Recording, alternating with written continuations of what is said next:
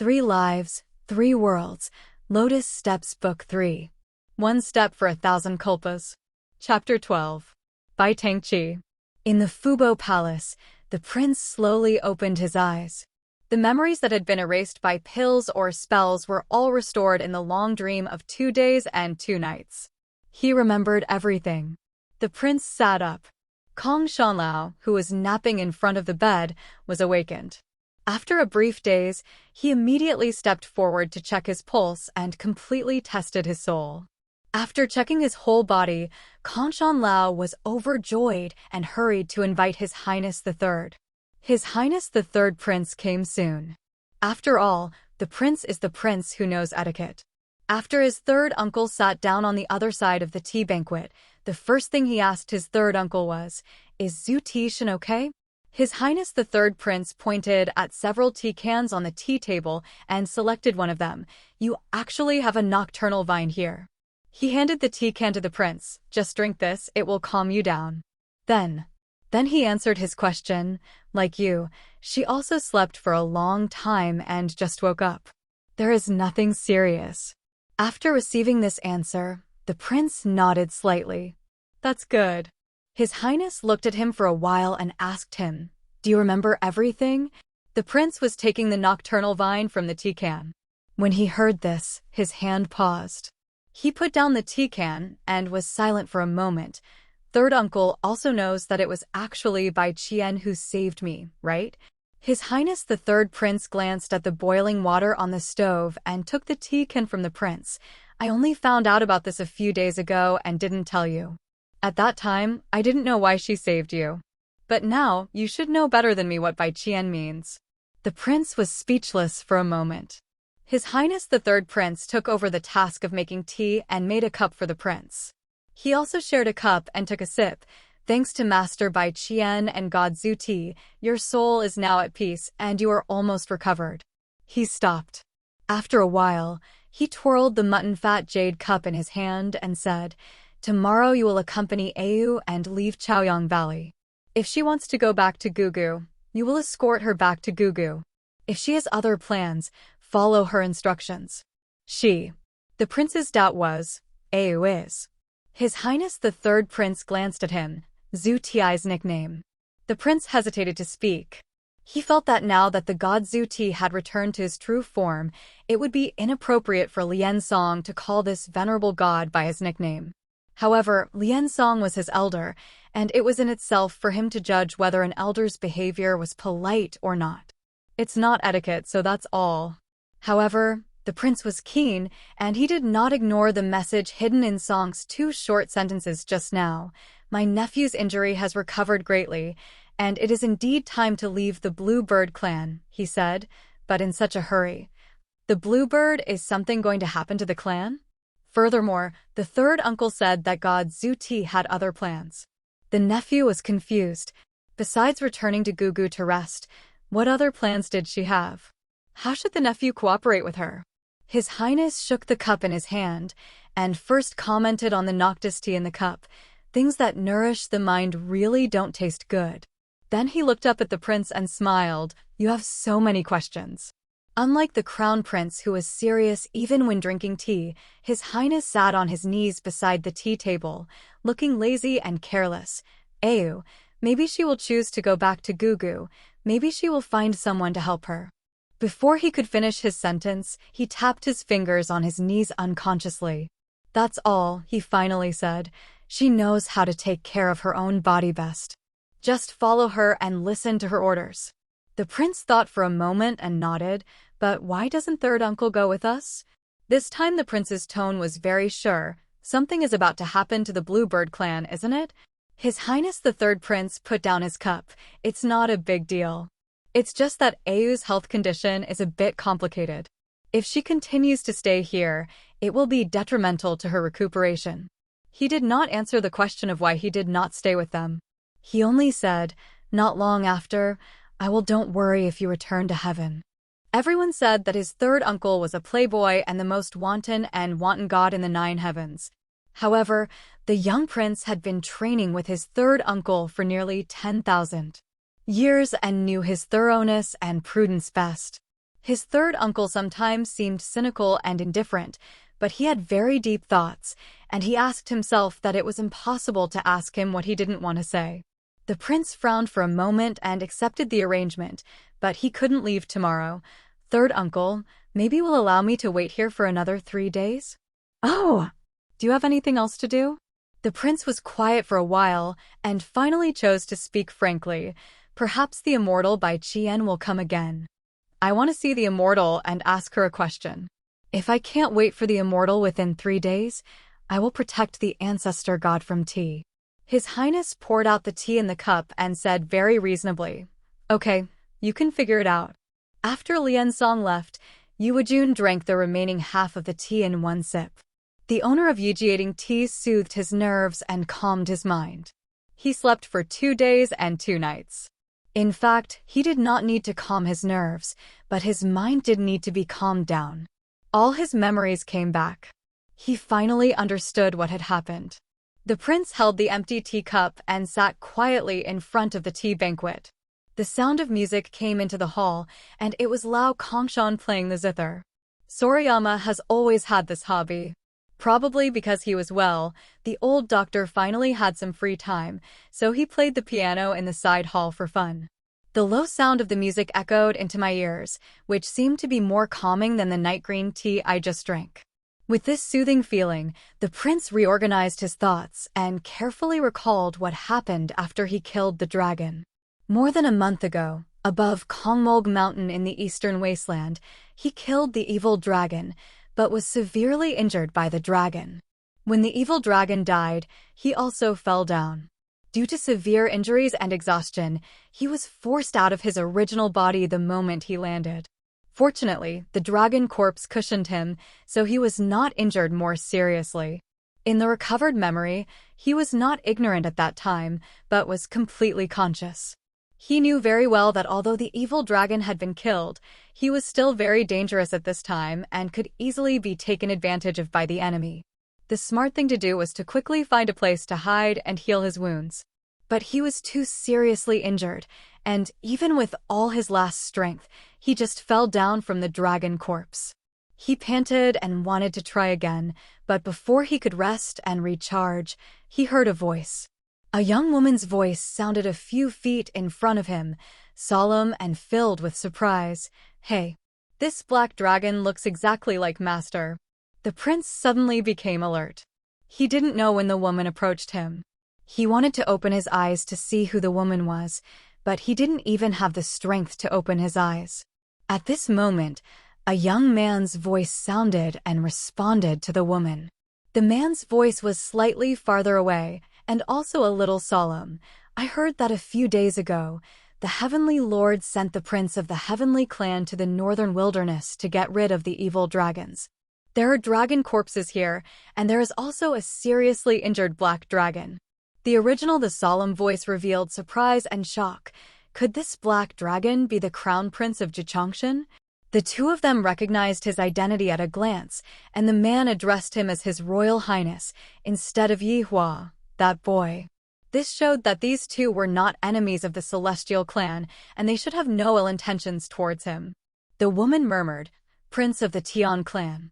Lord Yihua. The man replied from the side, Yes. The woman didn't speak for a while. After a while, she coughed lightly and said to the man, Then come up and take a closer look. This dragon is the evil dragon that the Heavenly Clan wants to kill. It's called Wei. At this point, she got stuck. For a moment, why is the Jiao called a polder? There was a bit of helplessness in the man's voice. Auntie, the name of the dragon is Weilu. Then footsteps sounded, and it seemed that the man was walking towards him and the corpse of the dragon. The woman said indifferently, Yes, Weilu, I seem to have heard my second brother mention it, saying that the dragon has been doing evil in the northern wilderness of the Celestial Clan all year round, and sometimes it even wreaks havoc on his fiefdom, which is very annoying. After the woman finished speaking, the man who was looking at the corpse didn't respond, but the young prince's heart suddenly started beating. This place is the Eastern Wasteland, and a woman appears. The men who follow her call her aunt. She also said that the evil dragon often came to her second brother's fiefdom to cause trouble. Even though the prince's thinking was somewhat sluggish due to excessive blood loss, it was not difficult for him to deduce the woman's identity. Qingqiu is white and shallow. She is most likely Qingqiu Baijian, his unmarried crown prince. He was able to endure pain very well, and he also had his own way of enduring pain. By calming his mind, the pain in his body could be reduced a lot. But at this moment, thinking that the woman in front of him was actually Qingqiu Baijian, he couldn't help but be confused, and the pain in his body suddenly returned tenfold. He couldn't bear it and almost fainted. After examining the corpse of the dragon beside him, the man reported to the woman, "Auntie, the horns of this dragon are different from those of other dragons. They are divided into 5 branches. It should indeed be that dragon." The woman hummed and replied, "Then this black dragon must be Lord Yihua." After a pause, there seemed to be a sudden realization in her voice. "Master, he is the dragon of the Celestial clan, and this little black dragon, they are also dragons from the Celestial clan, so no wonder they look alike." Then, she seemed to ponder for a moment. "However, there is still a little difference." She commented to the man, "Look, his scales, the armor is shiny. Only young heroes who are high-spirited and aggressive can have such a bright and domineering color. Master, his old man's scales are different. They are matte and matte. They are the result of years of precipitation. Some colors are simple and noble, brilliant and restrained." The man interrupted her, "Auntie, isn't the color of dragon scales innate?" The woman was surprised. "Huh? Is it innate?" She was silent for a moment. "Oh, we beasts don't have much research on flying creatures like dragons." She coughed again. "Not now while we are talking about this. Just find a cave and move Mr. Yihua there. He is bleeding so much and his spiritual energy is constantly leaking out. If he is not rescued in time, he might just die." He sighed, then, "But it's a sin." The man wondered, "But Aunt, his Royal Highness is so powerful, I'm afraid I can't carry him alone." The woman asked him, "Then do you think your aunt and I, a weak female prostitute, can carry him?" The man was silent. After hearing what they were saying, the prince, who was awake and enduring the pain, suddenly remembered what the evil dragon had said to him before he cut off the dragon's head. The evil dragon said that Bai Qian despised him and always wanted to break off the engagement with the Celestial clan. "In that case, then don't force yourself to save me." He suddenly thought angrily.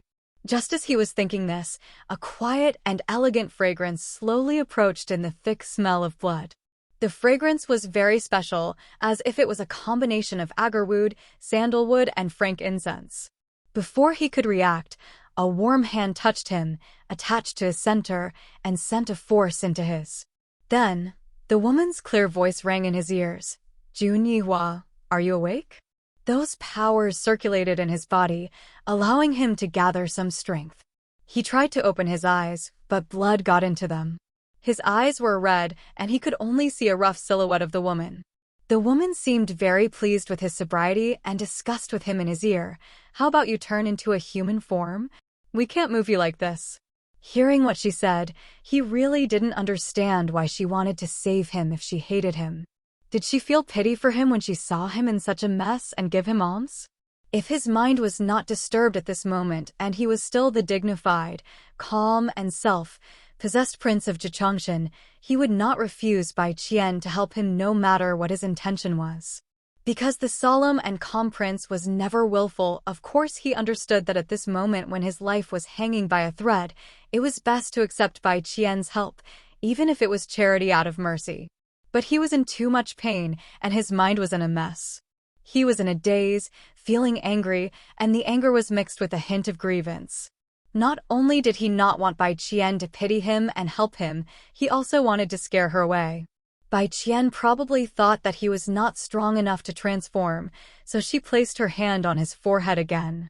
At this moment, he gathered all his strength and suddenly raised his head and roared at her. A strong wind rose from the ground, and the dragon's roar resounded through the sky. Even the dragon corpse trembled 3 times in the vibration caused by the dragon's roar. He wanted to scare her away, but the roar of the dragon that contained all his power could not move the woman, even though it uprooted the trees and shook the mountains. His eyes were so smeared with blood that he couldn't even see her outline clearly, and of course he couldn't judge her expression or movements. All he knew was that she didn't back down. The sticky blood stung his eyes. He wanted to blink, but before he could, his blood-red vision suddenly dimmed. The combined scent of agarwood, sandalwood, and frankincense covered him like a soft net. It took him a while to realize that he was actually being hugged by the woman. Bai Qian may have thought that his sudden roar was due to pain and fright. She slowly and gently stroked his forehead with her hand, and her voice was also slow and gentle, with comfort. "Don't be afraid, the night is over. Mr. Hua, I have no ill intentions and am not a bad person." He was at a loss. Compared with his mammoth black dragon, her body in human form was soft, as if she could not help but be weak. Even though he is dying now, the scales of the dragon head are still sharp and powerful. This made him dare not move for a moment, fearing that if he moved, he would hurt her. If he were sober, he would have realized that although she was in human form at this time, she was not a fragile mortal. Even if he was covered in sword-like armor, so what? Could it be that the armor alone could hurt the nine-tailed fox? Immortal body? But after all, he was extremely unconscious at the time. Her soft body gave him the illusion. Although he was resentful and angry towards her, he was still afraid of hurting her, so he froze there. Bai Qian cast the sleeping technique on him at that time. Beneath the giant trees and the secluded Kongmul mountain, the young prince's last sight was of the blood-red sky and earth, and a slender hand that appeared in front of him after parting the blood-red fog barrier. The hand slid across his eyelids. His eyes closed. As he closed his eyes, those thoughts that were still in a trance quickly sank into the deepest part of his heart in the darkness. The deepest part of the heart is dark, warm, and painless. The prince didn't know how long he had been in a coma. He only knew that when he woke up again, he was already in human form and found himself lying in a cave. A pretty blue-robed immortal king with red lips and white teeth was guarding his bed. When the young immortal king saw him waking up, he was very surprised. Auntie's treasures packed at the bottom of the box are indeed treasures. Your Highness, you woke up much faster than expected. He held on to the cave wall and sat up from the stone bed. The blue-robed immortal lord quickly came to help him. He thanked him and was about to ask the immortal lord where he was when footsteps sounded at the entrance of the cave. Then, Bai Qian's voice came into the cave. "I'm tired of running around." "Master, he is still lying down." In the cave, it can be seen that they just grow. Bai Qian, who had already entered the cave, saw him sitting on the stone bed and stopped suddenly, with a look of astonishment on his face. "Jun Yihua, are you awake?" He was also stunned. It was clear that he was alienated from her because of evil Jiao's words, but when her figure was clearly reflected in his eyes, his soul seemed to be suddenly hit by something. Many images flashed through his mind, but he couldn't catch any of them. Then in the chaos, something seemed to crash down and embed itself in the gap in his heart. Let his heart beat violently, thump, thump, thump, thump. She was very beautiful. She was only heard in rumors before, but now, this beauty was finally reflected in his eyes.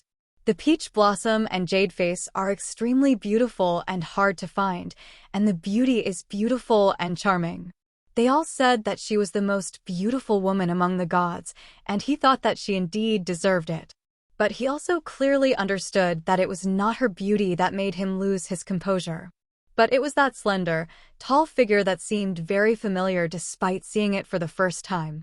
It was as if such a figure had already been engraved in his soul that had been tempered by the red lotus karma fire, and when she bumped into his eyes, the real her perfectly matched the phantom engraved in his soul, becoming part of him. This is a very strange feeling. He could describe this feeling so concretely, but at the time he didn't know what it was. Of course, later, he understood that it was probably because he was destined to her. He likes her. He had heard the word love at first sight many times. He never thought he would fall in love with a woman at first sight. But it is. The first thing he said to her was a question. He asked her, "Who are you?" It wasn't that he didn't know who she was, he was just frightened and needed to confirm. The woman a few feet away lowered her eyes and considered it for a while, then gave him a very cautious answer. "I am the one who saves you."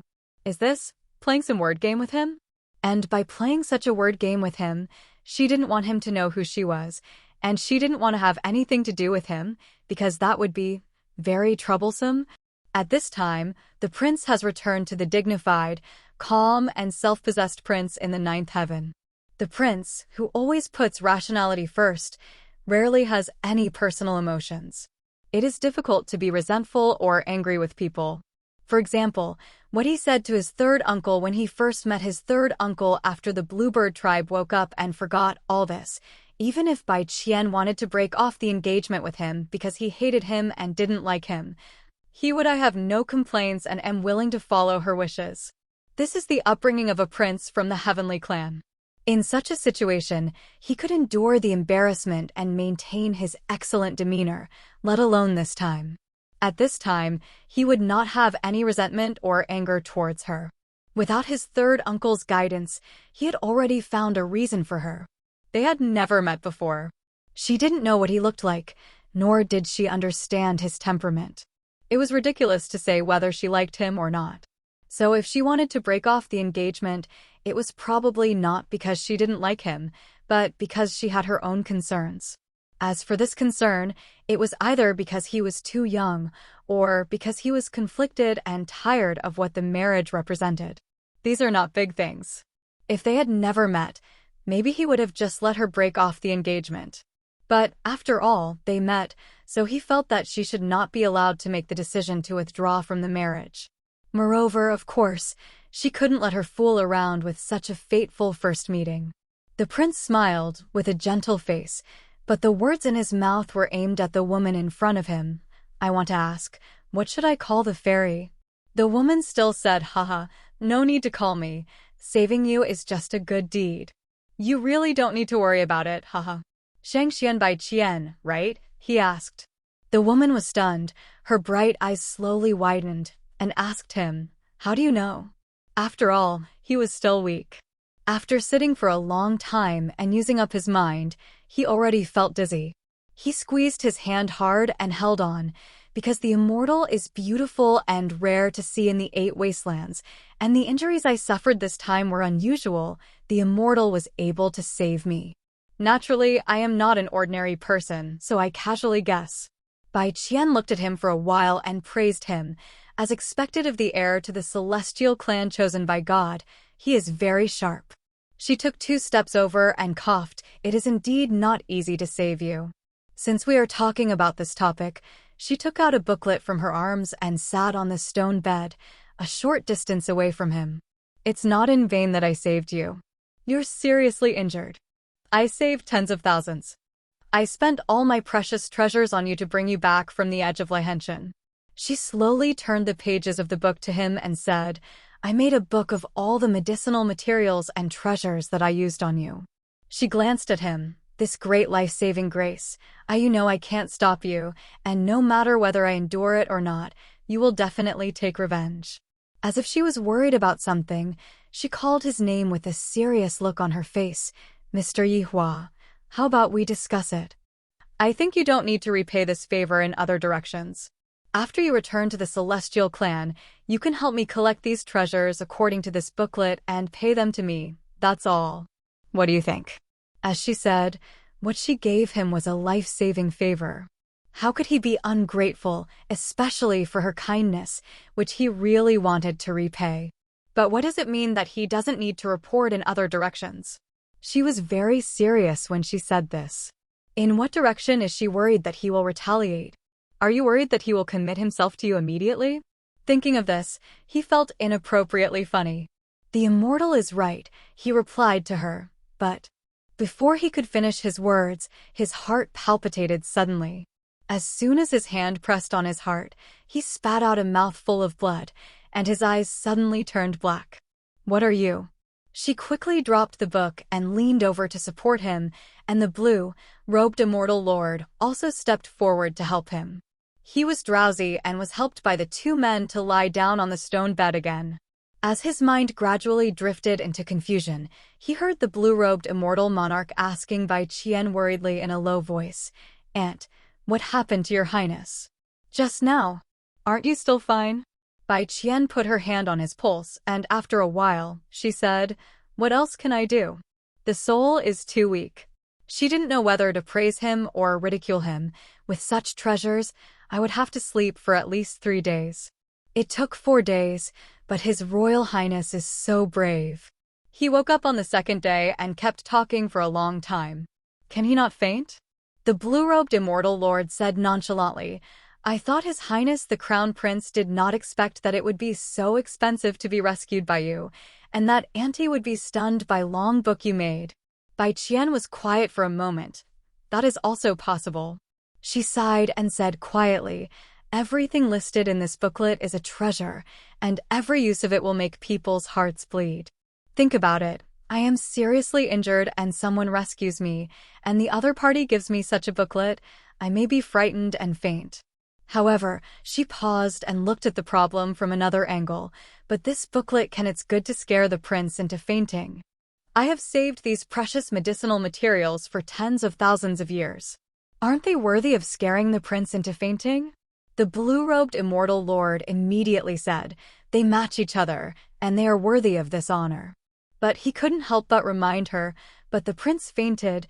Doesn't he have to rely on Aunt to use good medicine to nurse him back to health? Or, Aunt, it's your business." After a long while, I heard Bai Qian say dully, "Hey, that's right." Calculating carefully, he actually only stayed with her for 3 days in that cave, and during those 3 days, he spent most of the time sleeping.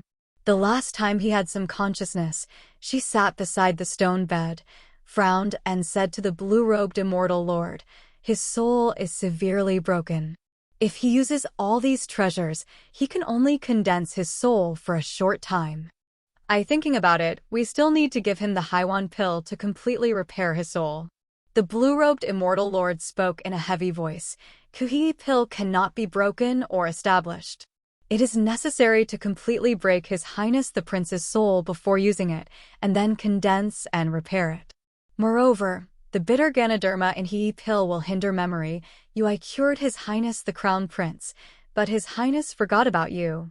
What should I do?" Bai Qian's voice was slightly annoyed. "Hey, that's right." She sighed, "It's okay to forget me, but you forgot the medicinal materials you owe me." She asked the blue-robed immortal king, "You said I wanted to talk about it later. Tell him, will he still admit it?" At that time, the prince wanted to speak, saying that he didn't want to use the Haiwan, and he didn't want to forget her. But the body is out of control. He couldn't speak. So in the end, they gave him the one pill and he forgot about her. Then, she left him because she went to Shirley Talon to ask for the medicine he needed next, so he was brought back to the Bluebird clan by the Bamboo Language Queen. Without the god of Ziti, he would never remember all this. If he fails to remember all this, he will fulfill her wish to break off the engagement, as he said when he had a heart-to-heart talk with his third uncle, and will never pay attention to her or Qingqiu from now on. Then, maybe after many years they really break off the engagement, or maybe they are unable to break off the engagement due to the relationship of authority. Even if both parties regard the contract as nothing, they still have to maintain this relationship as an unmarried couple in name only. And by that time, his heart will no longer be shaken by the word Bai Qian. She will become a complete stranger to him. Then, when it's time for him to get married, and neither of them has the intention to fulfill the awkward contract, maybe he will meet another suitable person, maybe not. That's a scary, but very possible future. Fortunately, he remembered all this. Then he would never let such a future come true again. Outside the palace, the sound of the zither and the harp gradually stopped. The prince put the teapot and teacup into the tea wash, stood up, and walked quietly towards the inner room. End of Chapter 12, Book 3.